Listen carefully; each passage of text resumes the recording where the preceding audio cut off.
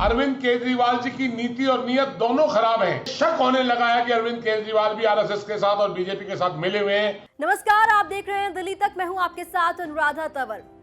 दिल्ली के जंतर मंतर पर 8 अगस्त को धर्म विशेष के खिलाफ भड़काऊ नारेबाजी हुई। जी हां, और उसके बाद से लेकर अब तक ये मामला गहराता जा रहा है और इसी मामले में अब तक 6 लोगों की गिरफ्तारी भी हो चुकी है।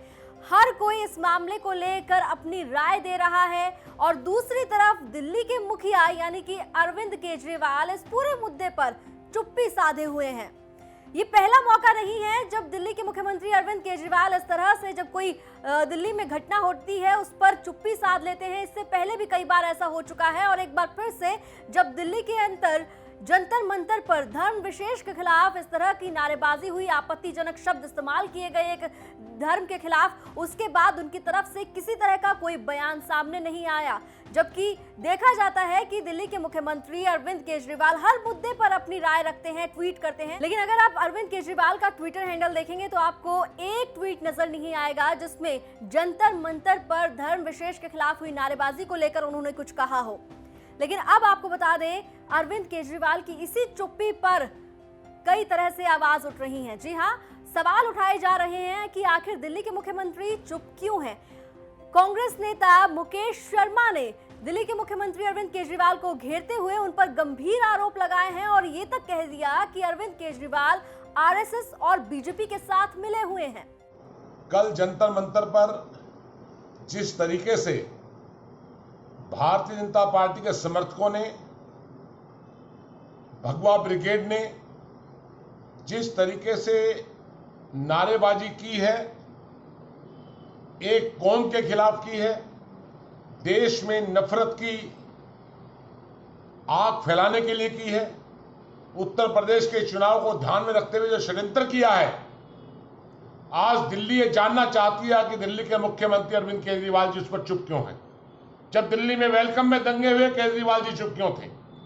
द्वारका में हज हाउस जो 2007 में कांग्रेस ने नींव रखी थी, जब आज वो बनने की बारी आई है तो बीजेपी के प्रदर्शन पर केजरीवाल जी चुप क्यों।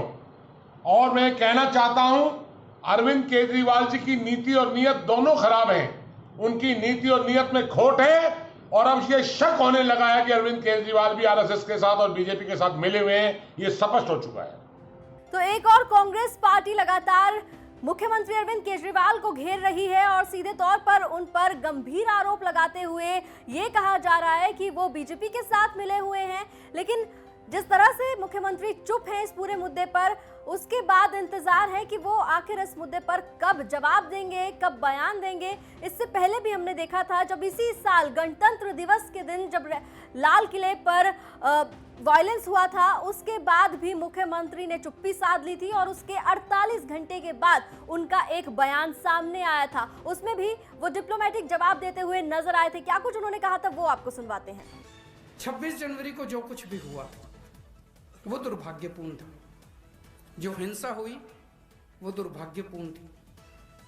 जो भी उसके लिए जिम्मेदार हैं और जो जिम्मेदार हैं वो जिस तरह से फर्जी केस पे केस लगा रहे हैं वो नहीं। जो भी उसके लिए असल में जिम्मेदार हैं, जो भी पार्टी उसके लिए असल में जिम्मेदार है, उसको सख्त से सख्त सजा मिलनी चाहिए।